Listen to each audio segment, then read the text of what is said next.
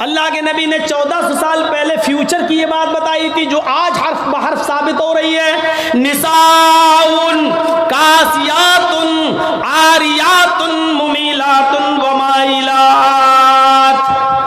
एक ऐसा जमाना आ जाएगा, एक ऐसा जमाना आ जाएगा कि तुम देखोगे लोगों को, तुम देखोगे औरतों को, तुम देखोगे लेडीज को, तुम देखोगे ख्वातीन को, तुम औरतों को देखोगे कासियात, देखने में तो वो कपड़े पहने हुए दिखाई देंगी, बज़ाहिर तो उनके जिस्म पर कपड़ा होगा।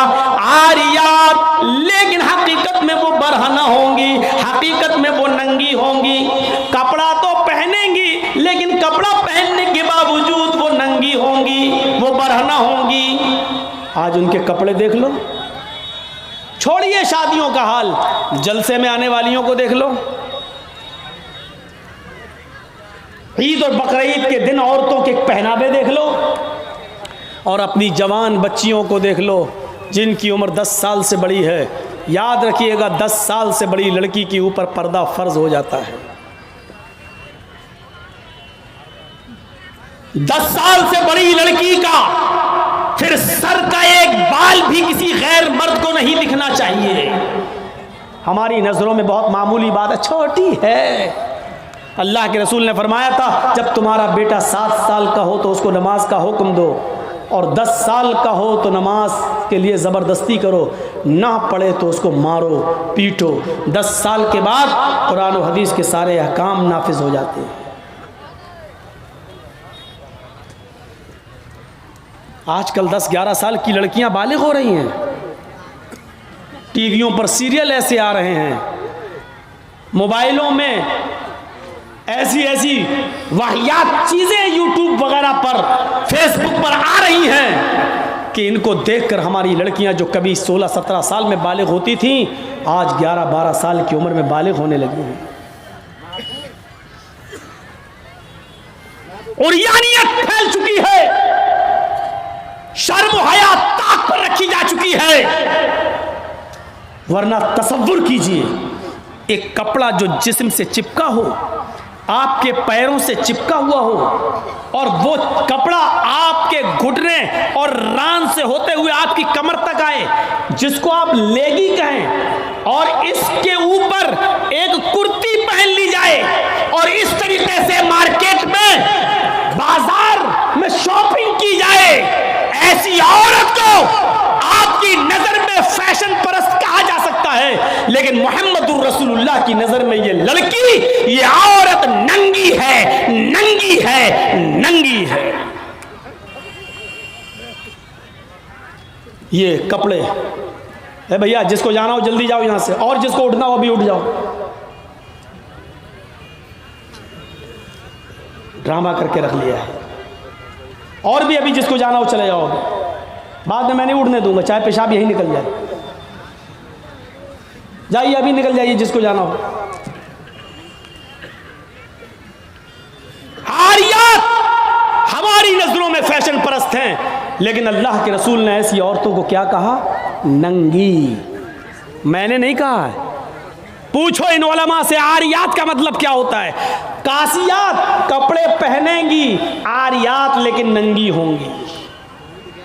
ऐसी औरतों के बारे में कहा है नंगी होंगी। ये हाफ आस्तीनों के कपड़े यहां चल रही है, ये खुला हुआ है।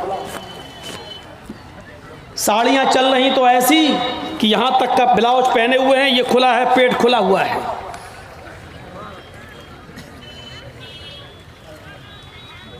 और जो चंद बुरके अब चल भी रहे हैं बिहार बंगाल में, पहले तो चलते नहीं थे, तो अब बुरकों में भी डिज़ाइन चलने लगी है। कड़े हुए बुरके, डिज़ाइनदार बुरके। अब एक बात बताइए, बुरके को आप एक तो डिज़ाइनदार बना रहे हैं, और दूसरा जब औरत या लड़की जब बुरका ओढ़ती है तो सीने पर फूल बना दिए आप। ये बताइए यहां फूल बनाने की क्या ज़रूरत थी? जब वो पहनती है तो फूल सीने पर, और वो लड़की ने ये बुर्का खरीदा क्यों? इसका मतलब क्या है कि वो भी इसलिए खरीद रही है ताकि मेरे फूलों पर नजर।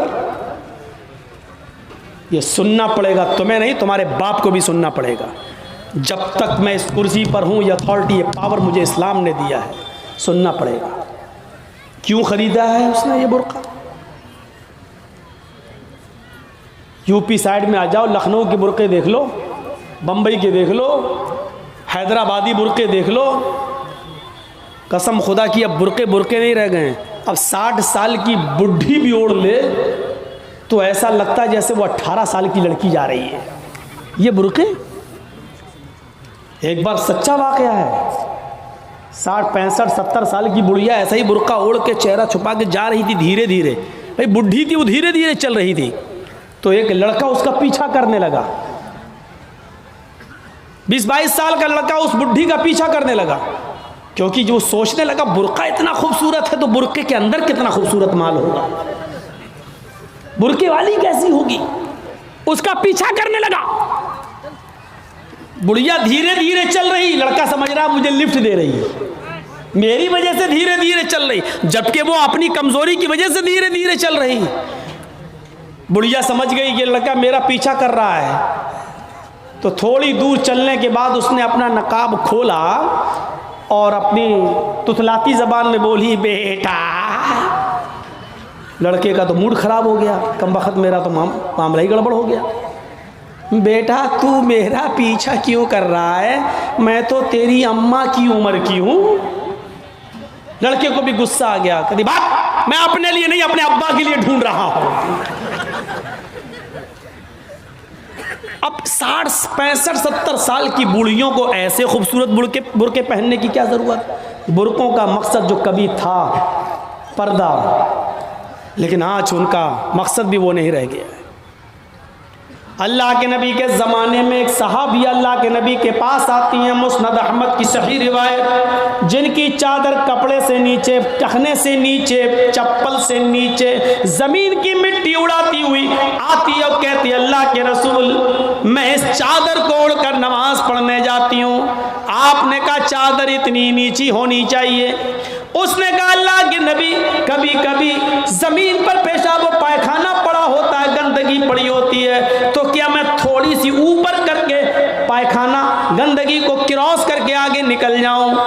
आपने कहा नहीं, दाएं से निकल जा, बाएं से निकल जा। कहने लगी दाएं भी मर्द बैठे होते हैं, बाएं भी मर्द बैठे होते हैं, मुझे उसी गंदगी के ऊपर से निकलना है। अल्लाह के रसूल इजाजत दे दीजिए, मैं थोड़ा सा ऊपर कर लूं और निकल जाऊं, उसके बाद नीचे कर लूंगा। जब गंदगी को क्रॉस कर लूंगी तो चादर में नीचे कर लूंगी। अल्लाह के नबी कहते हैं अगर मर्द दाएं बैठे हैं, बाएं बैठे हैं, तो तू उसी गंदगी के ऊपर से निकल जा। कहने लगी अल्लाह के रसूल वो गंदगी मेरी चादर में लग जाएगी, आप मुझे ऊपर उठाने की इजाजत नहीं दे रहे हैं, टखने से ऊपर, चप्पल से ऊपर चादर उठाने की इजाजत क्यों नहीं दे देते? आपने कहा नहीं, चादर उठाने की इजाजत, चप्पल से भी ऊपर चादर उठाने की इजाजत नहीं दूंगा। कहा अल्लाह के रसूल फिर उस चादर में पेशाब और पायखाना लग जाएगा। आपने कहा लग जाने दे। कहने लगी है अल्लाह के रसूल उसी चादर को तो ओढ़कर मैं नमाज पढ़ती हूँ मस्जिद में। जब ऊपर औरतों का अलग इंतजाम होता है या पर्दे में औरतों का इंतजाम होता है, तो मैं इसी चादर को ओढ़े ओढ़े नमाज पढ़ती हूँ। आपने कहा उसी चादर को ओढ़कर नमाज पढ़ ले। कहने लगी उसमें पेशाब और पायखाना लग जाएगा, क्या उसी और चादर को ओढ़कर नमाज पढ़ लूं? आपने फरमाया हाँ आए औरत, जब पेशाब और पायखाना तेरी चादर में लगेगा, जब तू आगे बढ़ेगी तो तेरी चादर जमीन पर पड़ी हुई मिट्टी से रगड़ खाएगी, क्योंकि तेरी चादर नीचे है। जब पेशाब और पायखाना उसमें भर जाएगा, जब तू आगे बढ़ेगी तो जमीन पर पड़ी हुई मिट्टी पर तेरी चादर रगड़ खाएगी, और जमीन पर पड़ी हुई मिट्टी से रगड़ने की वजह से जमीन की पाक मिट्टी तेरी चादर को पाक कर देगी। लेकिन तुझे चादर उठाने की इजाजत नहीं, उसी चादर में तू नमाज पढ़ ले। गंदगी लगती है तो लग जाने दे, आगे बढ़ेगी तो जमीन पर पड़ी हुई पाक मिट्टी तेरी चादर को पाक कर देगी। मेरे भाइयों, पेशाब और पायखाना देखकर भी अल्लाह के रसूल ने औरत को चादर उठाने की इजाजत नहीं दी। मेरी बहनों, तुम्हारे दिल कैसे गवारा कर लेते हैं? जलसों में भी चूड़ियां खरीदने के लिए, बैलून्स खरीदने के लिए, जलेबियां खरीदने के लिए तुम किस तरीके से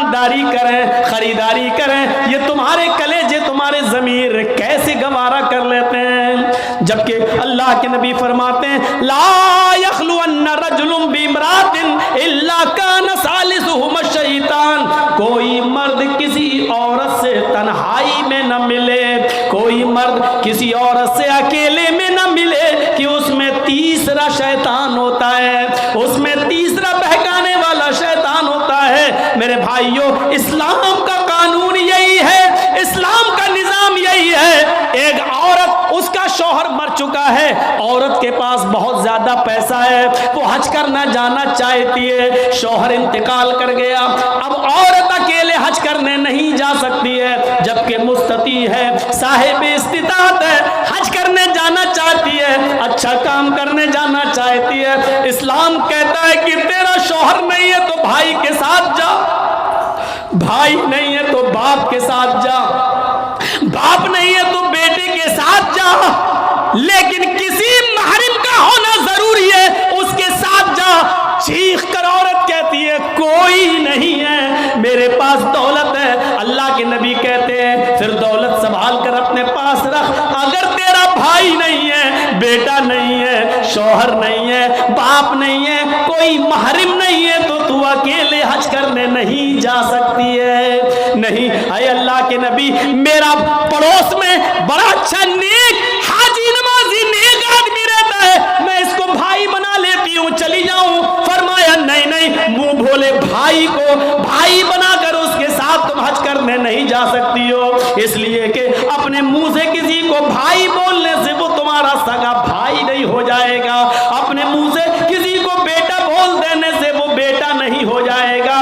तुम किसी को बेटा बोल दो, भाई बोल दो, जो चाहो बोल दो, लेकिन इस्लाम ये कहता है कि उसके साथ भी औरत को इजाजत नहीं है कि वो हज करने जाए। अगर कोई नहीं है तो मत जाओ, लेकिन इस्लाम इस बात की इजाजत नहीं देता है कि तुम अकेले जाओ या किसी को बहन, किसी को भाई या बेटा बना कर जाओ, इस बात की इजाजत नहीं देता।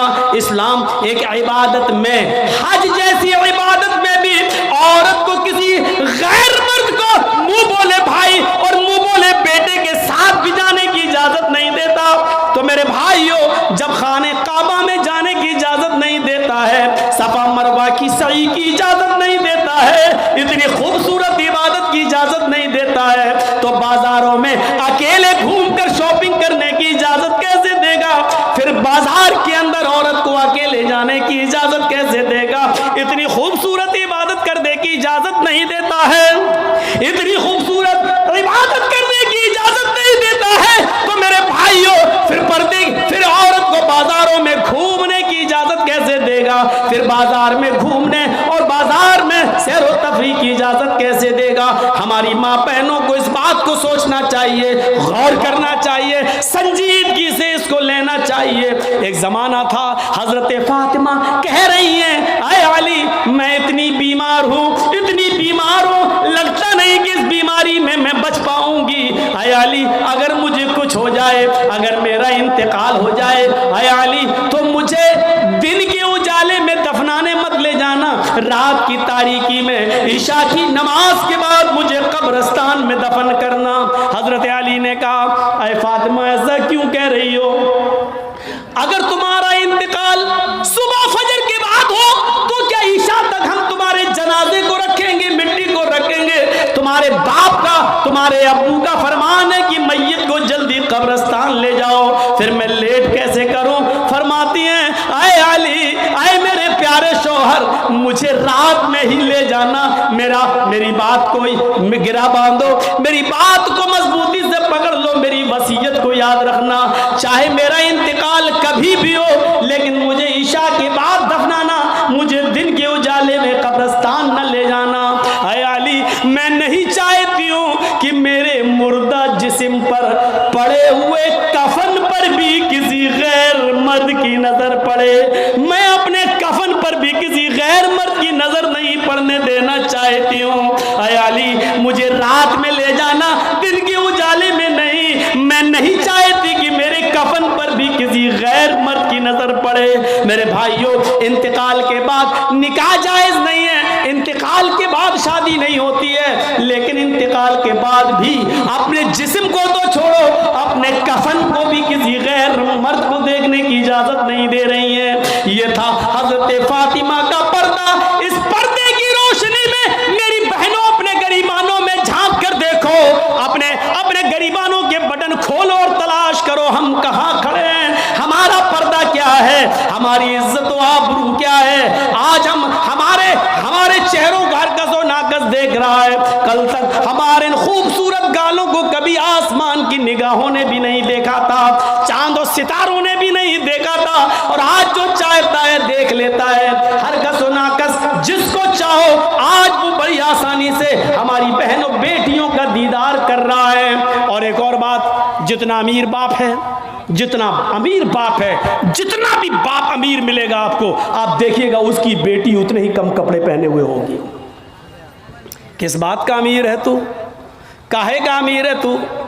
अपनी बेटी को 5 मीटर का कपड़ा लाकर नहीं दे सकता है तो काहे का अमीर है तू?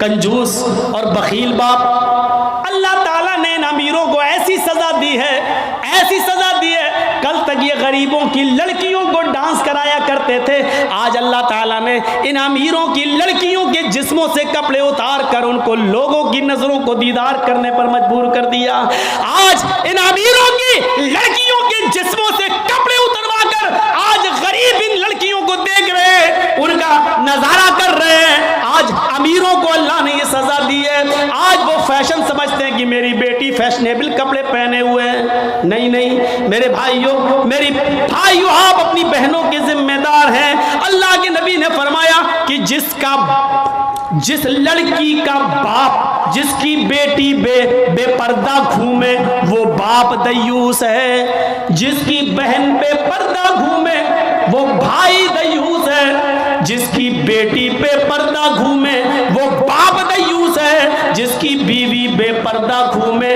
वो शौहर दयूस है। गौर करो कितनी साफ लफ्जों में, कितने साफ लफ्जों में अल्लाह के नबी ने फरमाया, जिसकी बहन बेपर्दा घूमे वो भाई दयूस, जिसकी बेटी बेपर्दा घूमे वो बाप दयूस, जिसकी बेटी बेपर्दा घूमे वो बाप दयूस, जिसकी बीवी बेपर्दा घूमे वो शौहर दयूस।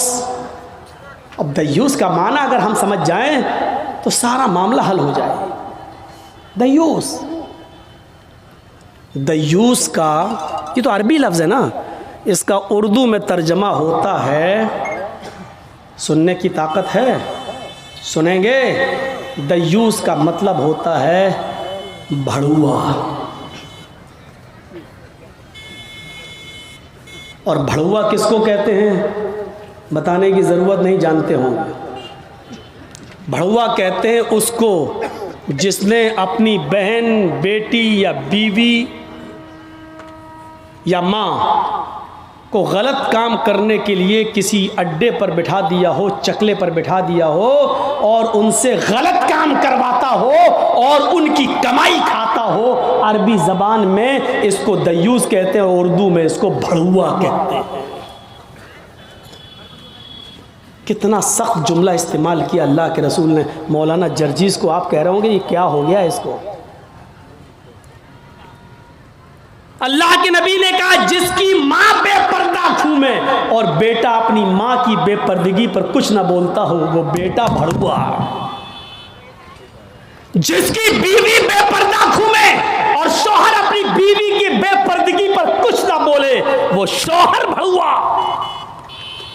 जिसकी बहन बेपर्दा घूमे और वो भाई अपनी बहन की बेपर्दगी पर खामोश रहे वो भाई भड़ुआ। और जिसकी बेटी बेपर्दा घूमे और बाप अपनी बेटी की बेपर्दगी पर खामोश रहे वो बाप भड़ुआ। दयूस कह दो मौलाना चलेगा, भड़ुआ मत कहो, अच्छा नहीं लग रहा है। हम कब कह रहे हैं कि अच्छा लग रहा है? हमको अच्छा लगाना कब है? जब अच्छा ही लगने लगे तो फायदा क्या है? इंजेक्शन ऐसे लगाओ दर्द ना हो बासा। ऐसा हो सकता है कि इंजेक्शन लगे और दर्द ना हो? इंजेक्शन भी लगवाना चाहते हो और दर्द भी नहीं चाहते हो, तब तो होम्योपैथिक दवा ले लो, मीठी गोलियां खा लो। जो मरने के बाद फायदा करती है। होम्योपैथी दवा के बारे में यही मशहूर है, बहुत लेट फायदा करती है, तो हमने कह दिया मरने के बाद फायदा करती है। लेकिन सिस्टम मिल जाए तो जादू की तरह भी फायदा करती है, बहुत जल्दी भी करती है। तो जब आपको मीठी गोलियां ही खाना है होम्योपैथिक दवा, तो फिर मत कराओ तकरीरें, और तकरीर करा रहे हो तो सुनो, सुनना पड़ेगा। कितने लोग हैं आज जो अपनी बीवी की बेपर्दगी पर सवाल उठाते हैं, कितने ऐसे हैं जिनकी बेटियां आज बेपर्दा घूमती हैं और वो बाप अपनी बेटियों को डांटते हैं। अगर माँ बाप अपनी बेटियों को सही से जिम्मेदारी निभाने लगे तो आज एक भी लड़की के पास एंड्रॉयड मोबाइल ना हो। हमारी 18-20 साल की लड़की जिसकी शादी नहीं हुई घर पे रहती है, उसके हाथ में एंड्रॉयड मोबाइल चीख चीख के बता रहा है कि बाप की तरबियत में कमी है, बाप अपनी बेटी पर पूरा का पूरा हुक्मरान नहीं है, हाकिम नहीं है, या ये कह रहा है बेटी के हाथ में वो एंड्रॉयड मोबाइल चीख चीख के कह रहा है ये बाप ना कह रहा है, बेटी के आगे बाप की नहीं चल रही है, बाप मजबूर हो चुका है। मेरे भाइयों, अगर बाप मजबूर न होता तो बेटी के हाथ में एंड्रॉयड मोबाइल नहीं होता। क्या जरूरत है बेटी के हाथ में देने की, वो तो घर में रहती है, क्यों चलाएगी साहब? आपकी बेटी 18-20 साल की क्यों फेसबुक चलाएगी, क्यों व्हाट्सएप चलाएगी, क्यों मैसेंजर चलाएगी? और आप कैसे अपनी बेटी को फेसबुक और मैसेंजर और व्हाट्सएप चलाने के लिए ढील दे सकते हैं? कैसे? आपका ये दिल कैसे गवारा कर लेता है? आप जिम्मेदार हैं। हमारी ये बेटियां कल बच्चों की माएं बनेंगी, शादी के बाद इनको अपने बच्चों की तरबियत करना है। माँ के कदमों के नीचे जन्नत बताई गई है, हालांकि ये कोई हदीस नहीं है, एक मकूला है, लेकिन बच्चे अपने माँ के कदमों के नीचे जन्नत कैसे ढूंढें? ये आजकल की माँ के कदमों के नीचे जन्नत है? जिसको खुद नहीं मालूम कि कदम मेरे कहाँ हैं, उसके कदमों के नीचे बच्चे जन्नत ढूंढेंगे? हमें सोचना है, हमें अपनी बेटियों की तरबियत करना है। इमाम अहमद इब्न हंबल अपनी मुस्नद के अंदर एक वाकया नकल करते हैं कि एक सहाबिया थी, उनके घर में एक बच्चा पैदा हुआ। एक सहाबिया थी, उनके घर में एक बच्चा पैदा हुआ। जब बच्चा पेशाब करता था तो पानी का लोटा उस बच्चे की शर्मगाह पे डाल देती थी। जैसी बच्चे ने पेशाब किया वो पानी लाती और शर्मगाह पे डाल देती। वो सहाबिया कहती हैं मेरा बेटा जब चलने के लायक हुआ, पहला दिन था उसका चलने का, पहला दिन था मेरे बेटे के चलने का, पहला दिन था मेरा बेटा खड़े होकर जब चला, मेरे बेटे को जब पेशाब की जरूरत महसूस हुई तो उसने पानी का बर्तन देखना शुरू कर दिया। माँ कहती है कि मैं देख रही थी अपने बेटे को, जब भी वो पेशाब करता था तो मैं पानी उसकी शर्मगाह पे डाल देती थी। आज देखती हूँ मेरा बेटा चल रहा है, देखती हूँ ये क्या करता है। जब बेटा पहला दिन चलने के लायक हुआ, पहला दिन था, तो बेटे ने पानी का प्याला उठाया और दोनों हाथ से पकड़कर धीरे धीरे चला और एक कोने में जाकर बैठ गया, पेशाब किया और पेशाब करने के बाद वो पानी का प्याला अपनी शर्मगाह पे डालने लगा।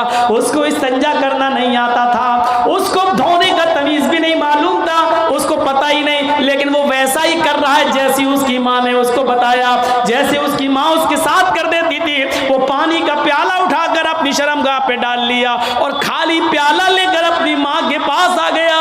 माँ की आंखों में आंसू आ गए, आसमान पर नजर डालकर कहती है फुज़्तु बिरब्बिल काबा, काबे के रब की कसम मैं कामयाब हो गई, अल्लाह की कसम मैं कामयाब हो गई। अपने बच्चे को जो सिखाना चाहती थी मेरे बच्चे ने वो सीख लिया, मैं अपने बच्चे को जो तरबियत देना चाहती थी मेरे बच्चे ने वो तरबियत हासिल कर ली। मुझे उम्मीद है कि मेरा बच्चा कभी नापाक नहीं रहेगा, मेरा बच्चा जब भी पेशाब करेगा तो पानी जरूर ले जाएगा और इस्तिंजा करेगा।